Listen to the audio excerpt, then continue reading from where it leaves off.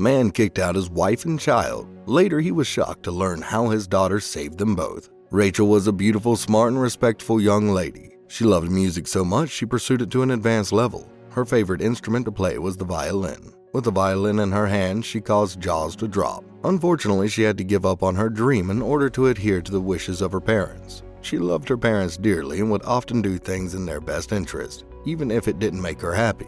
She understood the struggle her parents went through in order for her to become what she was.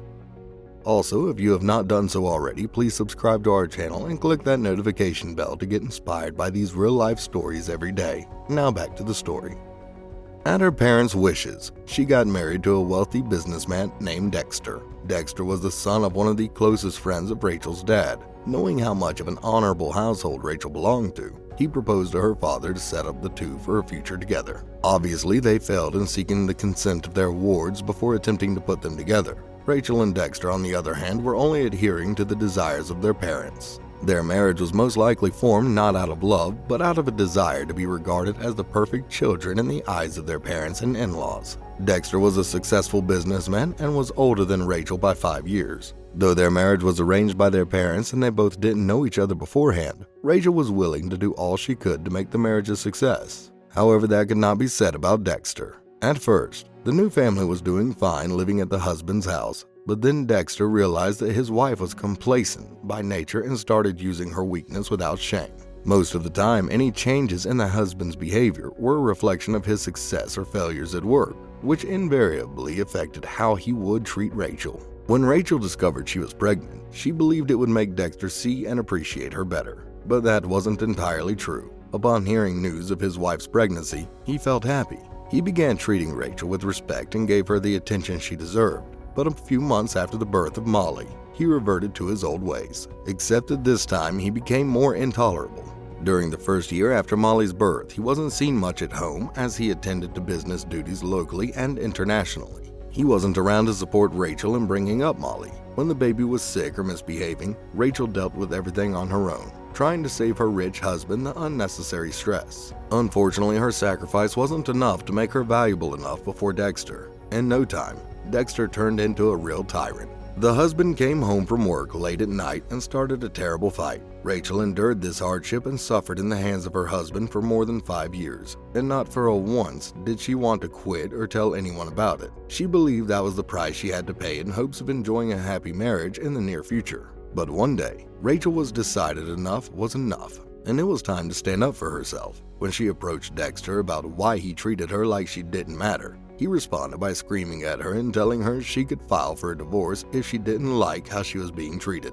Rachel quietly pondered over the words of Dexter and decided to look for a way out. She turned to her parents for help, but they only advised her to hold on for a couple of years as things would eventually get back to normal. They refused to be part of Rachel's plan in filing for a divorce. With her parents not being supportive, she knew she was all on her own. One day, Dexter came home and announced he had found the woman of his dreams. Upon hearing that, Rachel knew the time had come for her to claim her freedom from this hell of a marriage she had agreed to. Barely holding back her tears, Rachel helped little Molly get dressed and pack up her things. She only packed the clothes she would need and took her violin as well. Molly couldn't understand why Daddy was kicking them out of the house and kept looking at Rachel in the eyes, trying to find the answer in them, but there was nothing there except for frozen tears and resentment. Luckily for the mother and her little daughter, they managed to quickly find a place to stay. Fortunately for her, she was noticed by an elderly woman who was mowing the lawn in front of her house. She felt inquisitive yet compassionate for the devastated mother. She called out and Rachel sobbed and shook her head in response. But the kind woman didn't give up and invited the woman and her daughter. She invited them in and offered them hot tea. The two immediately began a conversation that would lead to them becoming closer than Rachel was with her mother. Rachel shared her sad story with the old woman. The old woman's name was Deborah Wilson. After listening to her guest, she thought for a minute or two and then proposed that Rachel and her daughter could live with her for as long as she wants. She also refused to accept any rent money from the young mother. Rachel and little Molly silently hugged Mrs. Wilson, causing the old woman to tear up. Mrs. Wilson lived in her house all by herself and really loved that Rachel and Molly had agreed to live with her. Thanks to the benevolence of Mrs. Wilson, Rachel and her daughter now had a place to stay, and Mrs. Wilson became like a grandmother and a nanny to Molly, allowing Rachel to find a job. She got a job playing the violin in an orchestra that performed at all kinds of events. After watching her mother play the violin regularly, Molly developed an interest in playing the violin. Her mother was overjoyed when Molly told her of her intention to play the violin. Soon, Rachel's life began to improve and she had Mrs. Wilson to thank for that. One afternoon, Rachel took Molly out for a walk in the park. Molly had in her hands a rag doll that never left her side. She noticed a bunch of colorful flowers and wanted to make a bouquet for her mother and Mrs. Wilson, who she considered her grandmother. In collecting the flowers, she placed her doll on the grass with the intent of picking it up after she had finished collecting the flowers. However, after collecting all the flowers she needed, she couldn't locate where exactly she had placed her doll. After searching thoroughly for a while, tears began to flow from Molly's eyes, and before long, she was wailing over the loss of her doll. The doll was not just any ordinary doll. To her, it was her sister, her friend, and her comforter. As they took a break from their search, a good-looking man passed by and noticed the tiredness on Rachel's face and the sadness on Molly's face. Out of compassion, he approached them and, after getting to know what their problem was, volunteered to assist them in their search. Though their search didn't yield the desired results, the three had a fun time together. Time passed quickly, and when it was already dark, the man asked if he could take Rachel and her daughter home. On their way to Mrs. Wilson's house, the man then told a little about himself. As it turned out, his name was Joseph Anderson, and he liked playing the violin just as Rachel and Molly did. He'd even studied at the music school. While talking to Joseph, Rachel realized that he was a very nice person, and as they were about to part at the door to Mrs. Wilson's house, Rachel caught herself thinking that she'd like to see him again. Despite the fact that they never found Mary the doll, Mr. Anderson smiled affectionately and promised the girl and her mother that he would definitely continue the search tomorrow. Rachel thanked him dearly and bade him good night, feeling something pleasant and butterflies in her stomach all at once. It should be noted that the man did fulfill his promise and come back the next day. As one would expect, they still couldn't find the doll. However, it turned out that Joseph had a surprise in case the search was unsuccessful. Taking out a sealed envelope from his pocket, the man solemnly handed it to the girl. Since Molly hadn't fully learned to read yet, Rachel read the letter for her. As it turned out, the letter was written on behalf of the doll. The letter said that she had traveled to a different part of the globe to explore the wonders and pleasant places of the world, and also to meet her family. Upon hearing those words, tears began to flow from her eyes as she smiled, indicating she was happy for her doll. Rachel was stunned by Joseph's gesture and was happy to have met him at the park, and from that day onwards, Molly received letters from her doll and her family, telling her about everything they could just to make Molly happy. Rachel also got to see Joseph regularly because he had started teaching Molly how to play the violin.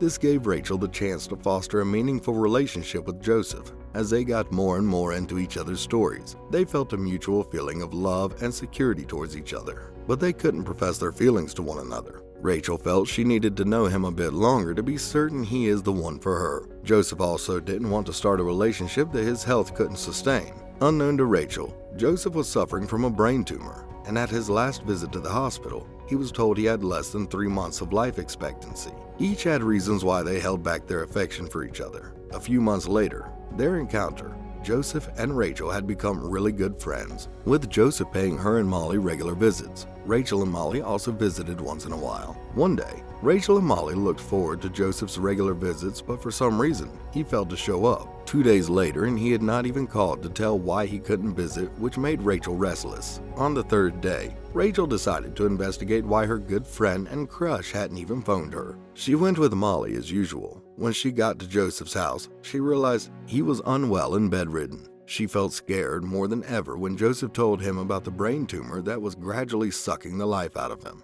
At that moment, the only thing Rachel could think about was how much she would hate herself if Joseph died without knowing her affection towards him. In the spur of the moment, she began to profess her love for Joseph, who began to shed tears looking into the eyes of Rachel. He lifted himself from the bed and began to pour out his heart to Rachel. The two knew they were made for each other. What hurt Rachel the most was that she couldn't get to spend as much time as she wished with Joseph. Joseph, on the other hand, silently prayed for more time to be able to enjoy the newfound happiness that had been non-existent in his life for God knows how long. He looked devastated as he took Rachel by the hand and began his part of his story he had kept hidden from her. As it turned out, he was dumped by his girlfriend when he told her he was dropping out of the corporate world to pursue his dream in music. She argued if Joseph would be financially okay if he followed his dream at the expense of his high-paying corporate job, and when it was uncertain, she left. But he soon saw success in his pursuit. However, it came at a cost. He worked himself out and even suffered several breakdowns.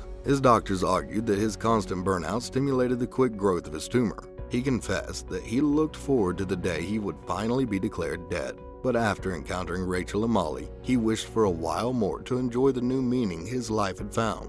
After the two hugged, Joseph revealed he had a present for Rachel and Molly. Joseph took out a folder of the drawer and handed it to Rachel. When the woman opened it, she saw Joseph's will inside. Joseph bequeathed all his assets, including his house, to Rachel and her daughter. Knowing that he could die any moment from then, he requested that Rachel and Molly live their lives to the fullest, as that was the only thing that would make him happy in his grave. That night, Rachel and Molly took care of Joseph, whose health was deteriorating faster than anticipated. Rachel woke up to find Joseph dead the following day. Rachel cried her eyes out over the death of the man she truly loved. 12 years have passed, and the lives of Rachel and Molly changed drastically. Rachel found the strength to move on. After Joseph's death, she met a man, fell in love, and gave birth to a beautiful son. And little Molly practiced everything that Mr. Anderson taught her. She got accepted into a music school and is now studying there, and when she visits Joseph's grave, she plays an excerpt from her favorite piece of music on the violin. If you enjoyed the video, kindly give it a thumbs up, leave a comment in the comments section, and share with others. Thanks for watching, and catch you in the next one.